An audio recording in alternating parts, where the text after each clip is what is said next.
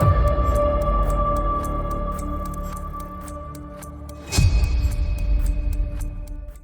want to tell you something, change is going to take place in your life in one or two ways, my friends. Change comes into your life in one or two ways, either by choice or by circumstances beyond your control. Either way, when it happens, you have to be able to do more than just accept change. I hear people say this all the time, accept it. Accepting is okay, but when you say I'll accept it, what you're really saying to yourself, okay, I'll do it, but I'm not going to like it.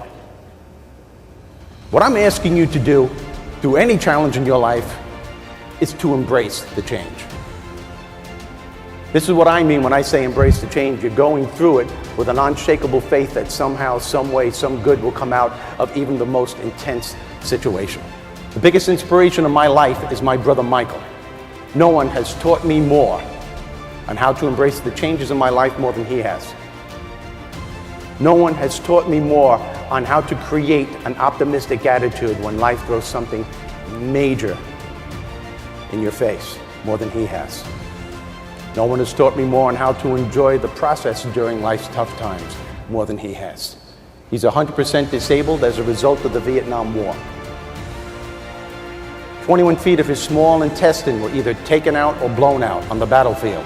His kidneys were wired and other internal organs were damaged as well. The only reason why I'm being graphic here is that I want you to understand what he went through so you could appreciate how he beat this. Doctors from all over the world have said he couldn't make it, he wouldn't make it, they just think it could happen. I'll never forget the first time that I saw him in St. Albans Naval Hospital in Queens. If it hadn't have been for my mom and dad in the room with him, I never would have known it was him. He went from 168 pounds to 88 pounds. In the room with my mom and dad were his two friends from high school and his Marine Corps buddy whom he had gotten wounded with. And the whole day my brother was going in and out of consciousness. And it was at the end of the day when the doctors came in and gave us the bad news and said, I'm sorry, but it doesn't look like he's going to make it, not even through the night. I'll never forget the look on my mom and dad's face. His two friends from high school walked out of the room. His Marine Corps buddy was hitting the wall saying why. And as all this was happening, I was only 17 years old at the time. I remember staring at my brother and wondering if this is going to be the last time that I'm ever going to see him. All these thoughts are going through my head and I'm noticing something very strange is happening. His hand is slowly starting to rise from his side. He clenched his fist, and up came his middle finger. Right then and there, I knew he was going to try and make it. Why? Because he still had his sixth sense of humor. That was his humor being's response to that doctor's diagnosis, and that was the response he gave them every single time they told him he couldn't and wouldn't be able to do something. First, they said he wouldn't live long. Well, they're wrong because he's alive today. Then they said that he would have to eat soft food, oatmeal, baby food, and vegetables for the rest of his life because they didn't think his body could retain anything solid. You want to know what my brother's attitude was? Hey, don't you ever tell me what I'm going to eat, all right? I'm going to eat a bowl of pasta and a couple of meatballs, even if I have to sit on the toilet while I'm eating it. If he lived long enough where his small intestine stretched a bit and he was able to compensate and use the rest of his digestive system for what his small intestine could no longer do. To this day, doctors say that what happened was a miracle. When he goes back for his checkups, they say, here comes the miracle man. And you want to know what?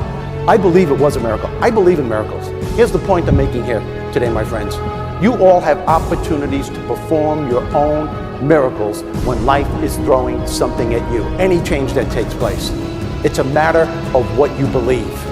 Where do your beliefs come from? The thoughts you keep programming in your brain. My brother incorporated a belief system that was absolutely incredible. First of all, he never said, why me? Which is what we have a tendency to do when we're confronted with a change in our lives. First thing you do is, why is this happening? When you do that, you intensify the negativity. Instead, he said, this is me. This is what happened. This is what I had to deal with. What can I do to turn this around? Who can I go to that can help me to turn this around? He never focused on what was missing in his life. He always concentrated on what he had left. Every time someone would remind him that 21 feet of his intestine were taken out, he would cut them in the middle of the sentence and say, no, I have a foot left, watch what I do with this. You see the difference in that attitude? You see how that can turn your mindset totally around? But the thing that helped him more than anything else, the thing that helped him to survive, to really endure the situation, and if he were here, he would tell you this, he sensed the importance of enjoying himself and finding the laughter during the rebuilding process.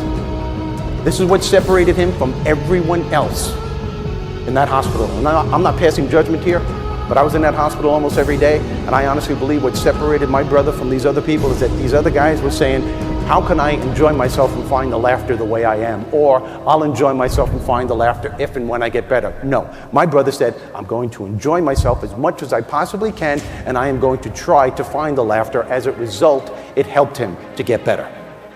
You see the difference in that mindset? To make a long story short, he was in the hospital for a year and a half. When he got out, he was 95 pounds. He said he was going to go to college. And we didn't think he'd be able to do it because he wasn't Mr. Whiz Kid in high school. He got left back a few times. He got in trouble quite a bit. He did go to college. He had to go at night. He had to prove himself. He got straight A's. They told him he can go full time. He graduated with degrees in psychology, administration, and history. He went back to the same school that he graduated from, and he became a history teacher. From there, he became an attendance officer. From there, he became assistant principal. From assistant principal, he became a principal. And then when he was about to retire, they said no, and they made him superintendent of the entire school system. The moral of the story, my friends, it's not what happens to you that determines how successful and how happy you're going to be, or whether you're going to succeed in fulfilling your dream or not. It's what you do about what happens that makes the difference. It's the choices that you make and the actions that you take that makes the difference. It's the thoughts that you have about any challenge that formulates the belief and the attitude that you have that makes the difference. It's what you're focusing on 24/7 that makes the difference, and what you're saying out loud to yourself and to the entire universe that makes the difference. And are you going to allow yourself to enjoy yourself during the process, and will you dare to find the laughter in between the tough times? These tools that I just gave you, the power of your thoughts, the power of choice to enjoy yourself during the rebuilding process, and the power of your humor being are the tools that you need to drill for that optimism. Hey, my friends, I could only give you the tools. It's up to you as to whether you use them or not.